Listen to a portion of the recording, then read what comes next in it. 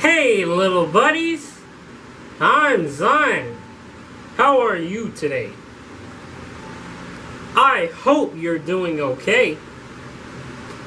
Do you see my hat? Do you know what kind of hat this is? It's a construction hat. I like to wear it when I work really hard. Also, I like to wear it when I think really hard. I like to call it my thinking cap. Do you have a hat? Put it on! If you don't have a hat, that's okay. We can just put on our thinking caps. It's time to read with Zion on the Big Lake Channel. Today our story is titled Seeds Part 4 by Eliza Z. Nostal. Oh, what a day, what a day, what a day it would be. Jacob sat on the side of his massive sleigh bed. He had a rough night because his two little girl princesses decided to join him and his wife at bedtime the night before. To be honest, the girls were not little anymore. They had long since reached past the time of invading their parents' bed, but that never stopped them. They were always like a basket of new puppies, cuddling underneath their mother and father. The girls were just as loving and sweet as rose petals dipped in honey and sprinkled with brown sugar. They were just joyful, and their contagious cackling laughter reminded you of a flock of hens. They were always busy. If you didn't hear them talking or laughing, they were asleep. As Uncle Jake enjoyed the few moments of quietness, he looked over at his kingly court of beautiful Nubian princesses and a goddess, he thought to himself. I'm the luckiest beat-up, broke-down fella there ever could be. Indeed he was. The bed was massive and could hold them all, and probably a few extras. But those once little feet and elbows were now equally massive, as were the pitchfork toenails that scratched him across his arms nearly all night. Knees in his back, arms slammed back and forth across his head, and pitchfork toenails digging the meat out of his arms had just about worn him out. But he didn't mind it so much. He was just happy that he and his amazing wife were still very much the center of the girls' world.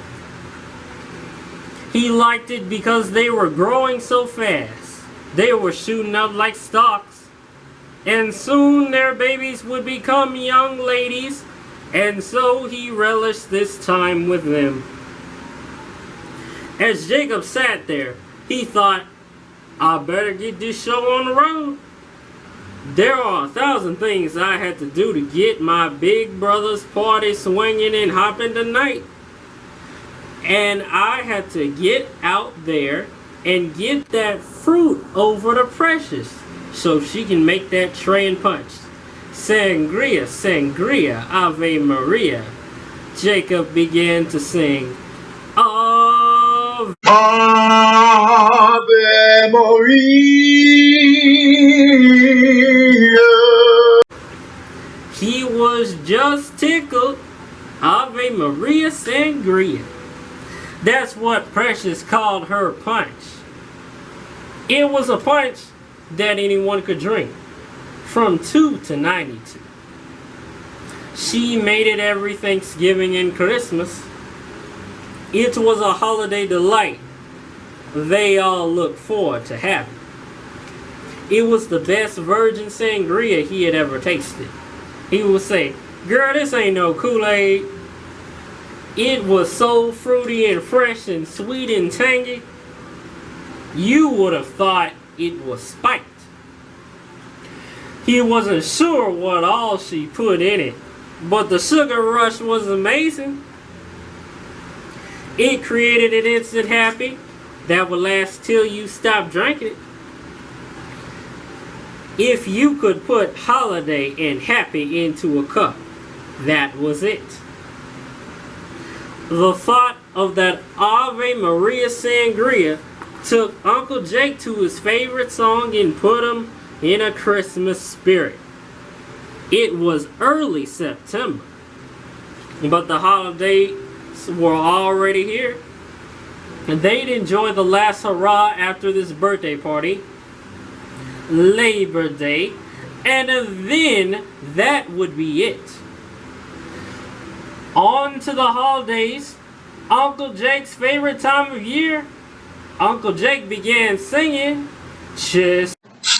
Chestnuts roasting on an open fire, Jack Frost nipping at your nose, Yuletide carols being sung by a choir, and folks dressed up like Eskimos. Everybody knows a turkey and some mistletoe help to make the season bright. Tiny tots with their eyes on a glow will find it hard to sleep tonight. And so I'm offering this simple phrase to kids from 1 to 92. Although it's been said many times, many ways, Merry Christmas to you. and awakened his goddess, his queen, the Mrs. Jacob Jackson. And oh, what a singer she was! She had the voice of an angel, and that angelic voice was singing beside his now. Together they could blow any tune. Both she and Uncle Jake were quite accomplished in the art of singing.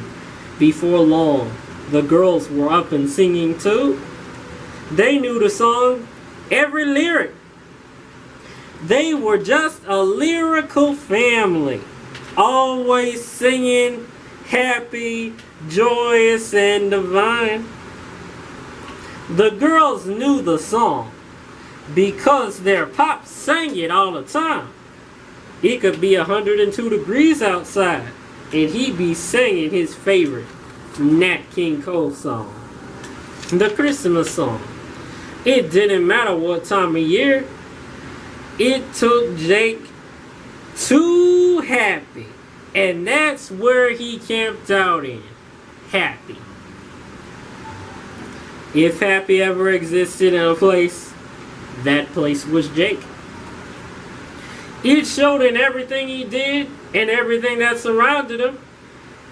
He was joy on 2 feet. Jacob carried in the right kind of spirit in him everywhere he went. If anything, any place, or any time was good, he made it that much better. You couldn't wish for a better husband, friend, father, brother. So now, Uncle Jake struck out to make sure his brother's 26th birthday party would be as great as he possibly could make it.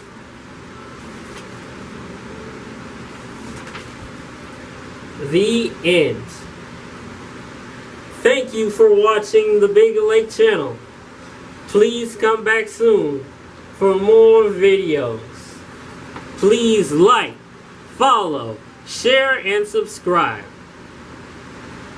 We are on Facebook, Pinterest, TikTok, Instagram, and Spotify. Thank you so much for watching. Goodbye.